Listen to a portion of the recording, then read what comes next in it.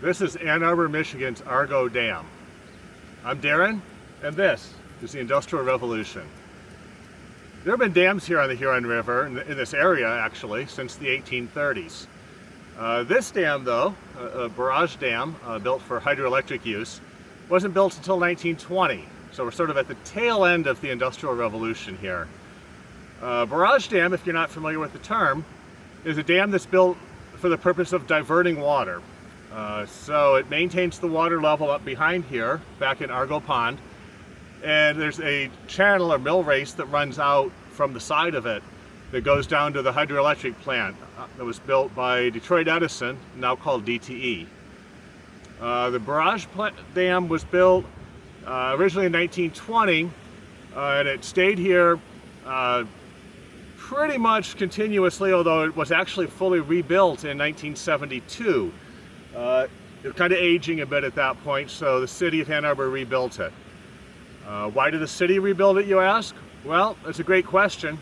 And the issue is that the hydroelectric was actually shut down in 1959. So once they closed it down, they sold it to the city. That tends to be a common theme when a dam shuts down. The owners of it, who are responsible for maintaining it, will do everything they can to sell or give it to the local government so that they have to then maintain it. So they closed down in 1959. It was sold to the city in 1963. It has been in use since then, however. It never really stopped use. Let's go take a look at how that's been in use.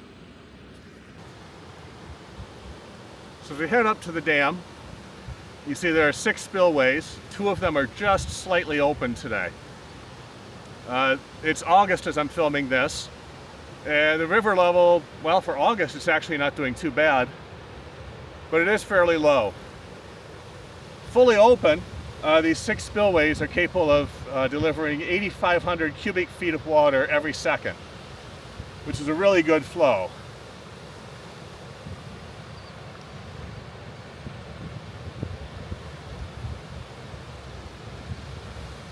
Although there have been dams here for, well, almost 200 years now in this area, most of those have been removed.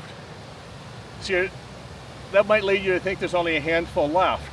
But the Huron River Watershed, according to the Huron River Watershed Council, still has about 100 dams in use today. Some of those dams are in use, some of those dams are being looked at for removal, like the Peninsula Paper Company Dam from an earlier video.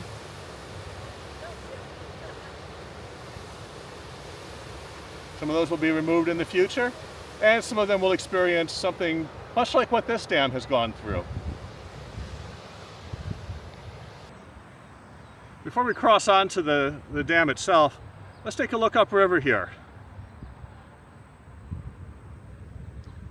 We have a railroad bridge crossing here, of course. This has been here for a long time as well.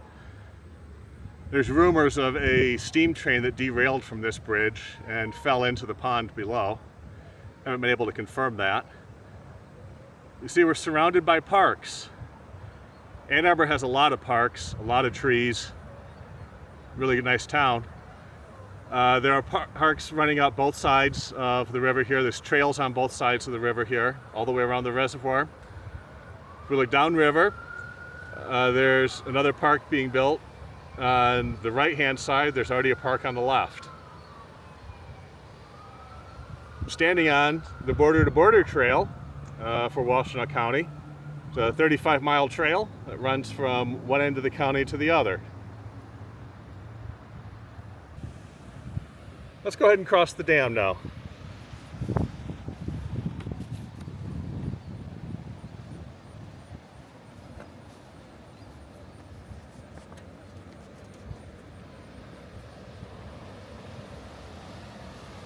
Good look at these gates. This gate, of course, is down.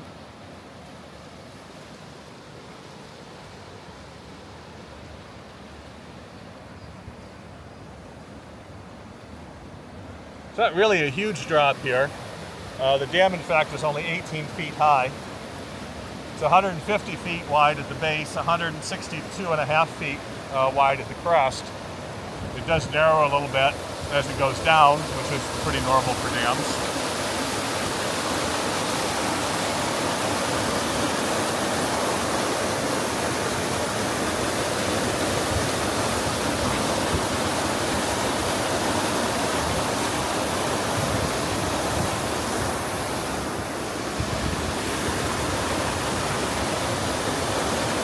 Concrete wall down there, you're seeing that line out beyond the main turbulence, and that's to break up the water turbulence and reduce erosion.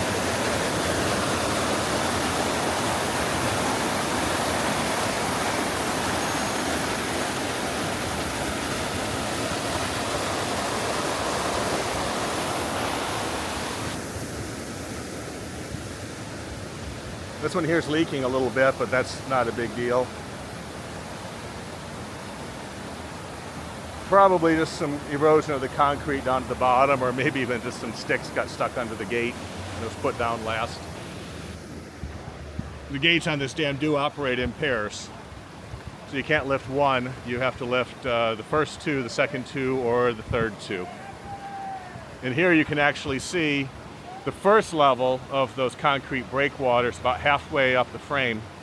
Little triangular concrete blocks, about half the space open, the other half closed. That breaks the first part. And there's a solid concrete wall that you can see out beyond that, where you see the line of turbulence, and that breaks the rest of it, and helping to preserve the water downriver.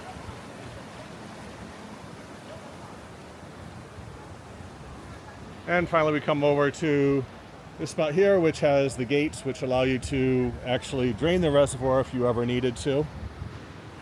And like any dam, if you look down into here, you see we have slots, and we have slots over on these other ones too. And that allows you to stick in temporary dams if you need to do gate maintenance, or if something happens to a gate, so you can close off the water going through there. So this is the original DTE hydroelectric plant. This is why the dam was built in the first place. Constructed in 1920, this plant used to contain hydroelectric generators by Detroit Edison. Detroit Edison was later renamed to DTE.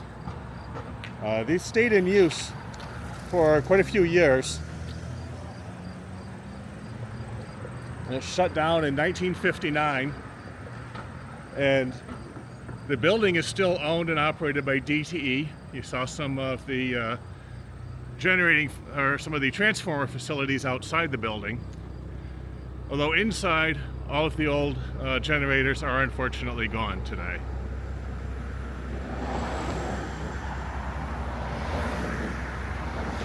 As you can see, it sits directly next to the Huron River. And there's a trail along the river. This is the border-to-border trail of the city of Ann Arbor.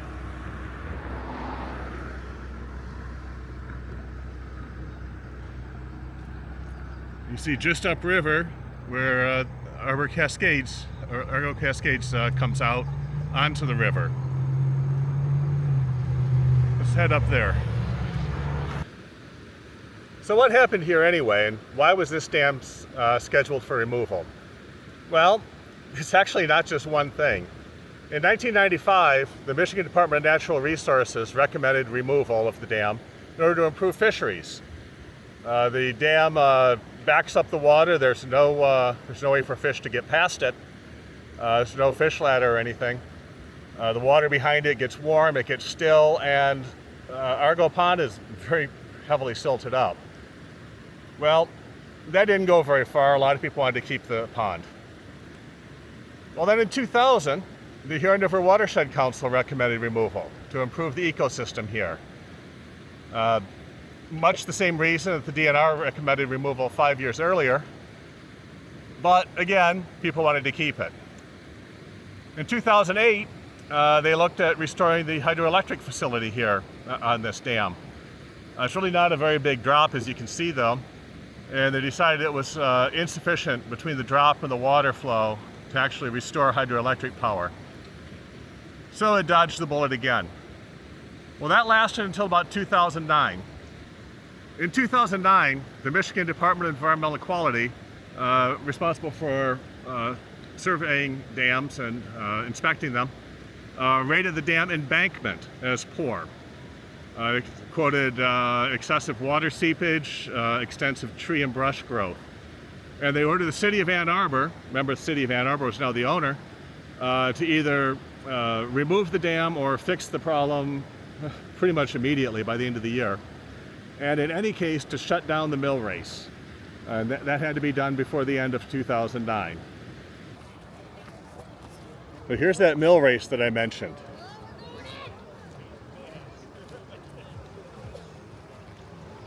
There's already a trail here. There's already a bridge over it. There's already a narrow concrete channel. Remember those slots I mentioned? They already existed. So they were able to quickly close this off.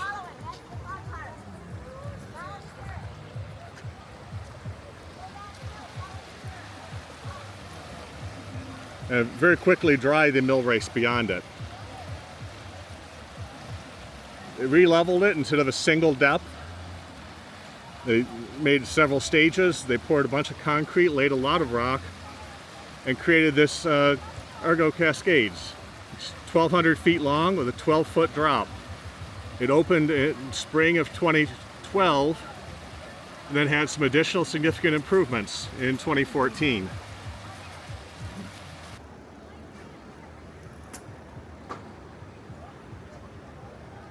So Argo Pond here is only 96 acres, which is fairly small really. It's pretty heavily silted up. We can see all the people out here today. Before Argo Cascades were built, there were still a lot of people. There was still a canoe rental just beyond the bridge there. But the creation of Argo Cascades, which happened as a result of the dam removal attempts here, really exploded the recreational opportunities here in the park. One thing that was here before, if you see off in the distance, across the water there, sort of at the far end, you can see I believe that's the University of Michigan rowing club that's out today. There's 5 separate rowing clubs that use this pond. And they launch from the docks up there. And this is their training and competition course through Argo Pond.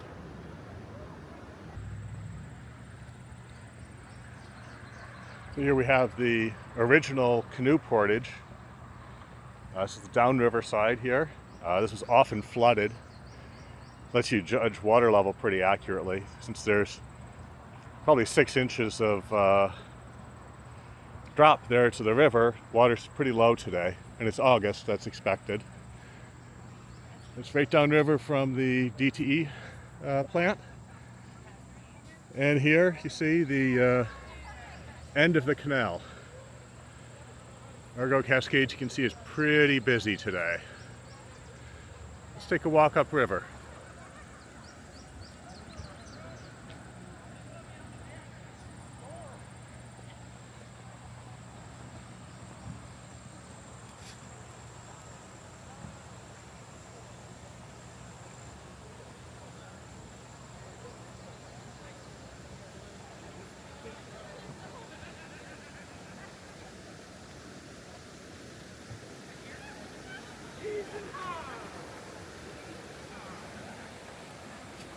So this is the big drop on Argo Cascades.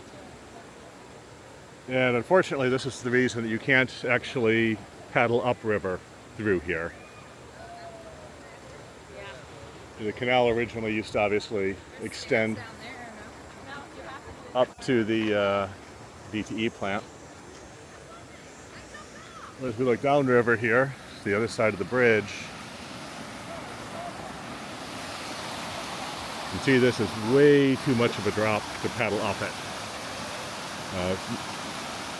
Before the Cascades were built here, this was actually a concrete sluiceway. Not too dissimilar from this, but considerably steeper and same length. There's a flat spot under the bridge I'm standing on, and it went down the sluice to the bottom, always moss covered.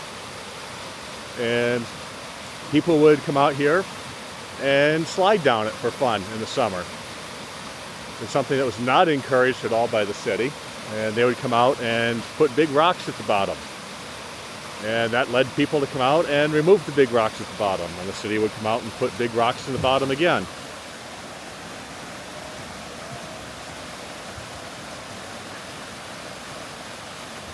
One of the challenges, except for paddling up, is this water's a little shallow.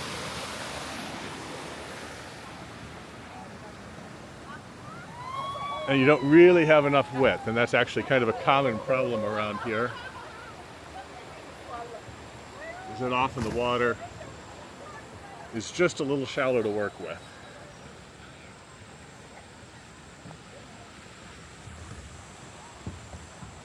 So I've been out here when this has been cut. It looks like they're letting some of this regrow out here so we can get down to the water.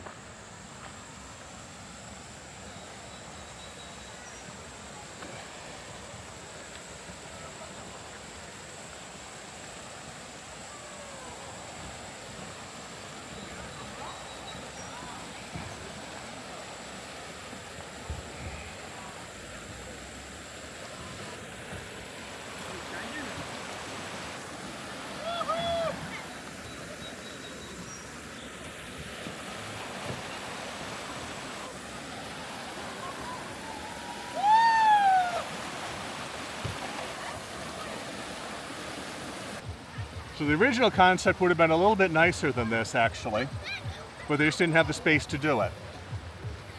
The original concept, you would have been able to actually take canoes or kayaks both up and downriver. Unfortunately, to have enough depth to paddle a canoe or kayak, they had to narrow it considerably. So you just don't have the room, really, to get your paddles out there and dig in deep enough at enough places that you could actually get upriver. Another part of the concept, which hasn't happened yet, but which may happen in the future, is the creation of an actual a competitive kayaking course along the Huron River, just below the dam.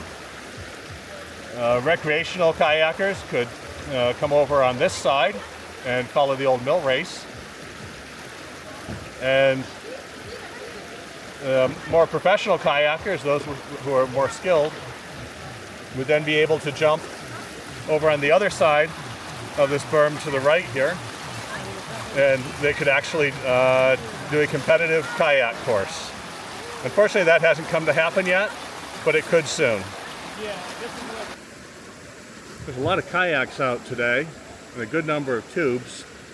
It's about even numbers today. Sometimes there'll be so many tubes that you can't really take a kayak down here safely at all. And part of that is that people are just hanging out and relaxing, and part of it is you have a lot of very inexperienced kayakers. There's a kayak rental place just upriver. When you come down through this calm water and hit this fast sluice, immediately hitting calm water again, there's a definite tendency to twist.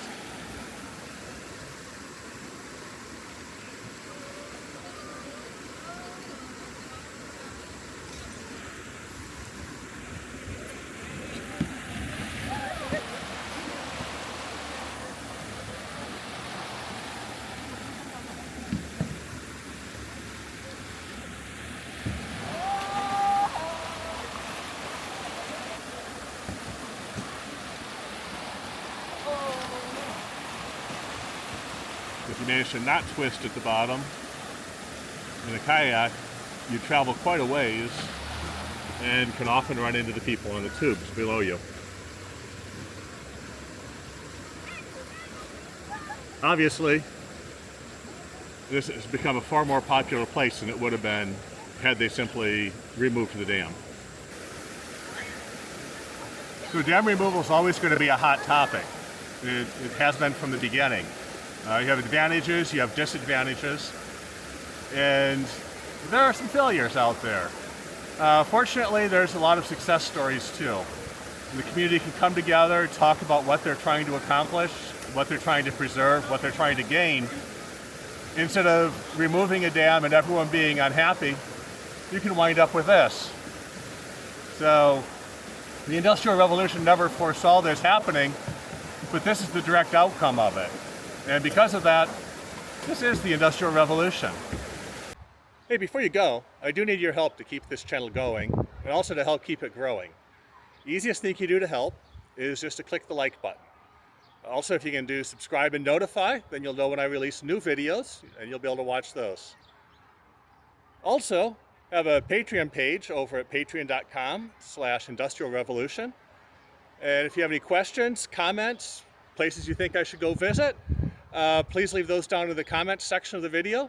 That's actually the best way to tell YouTube, hey, this is a channel worth watching. Thanks for watching, and I look forward to seeing you at the next one.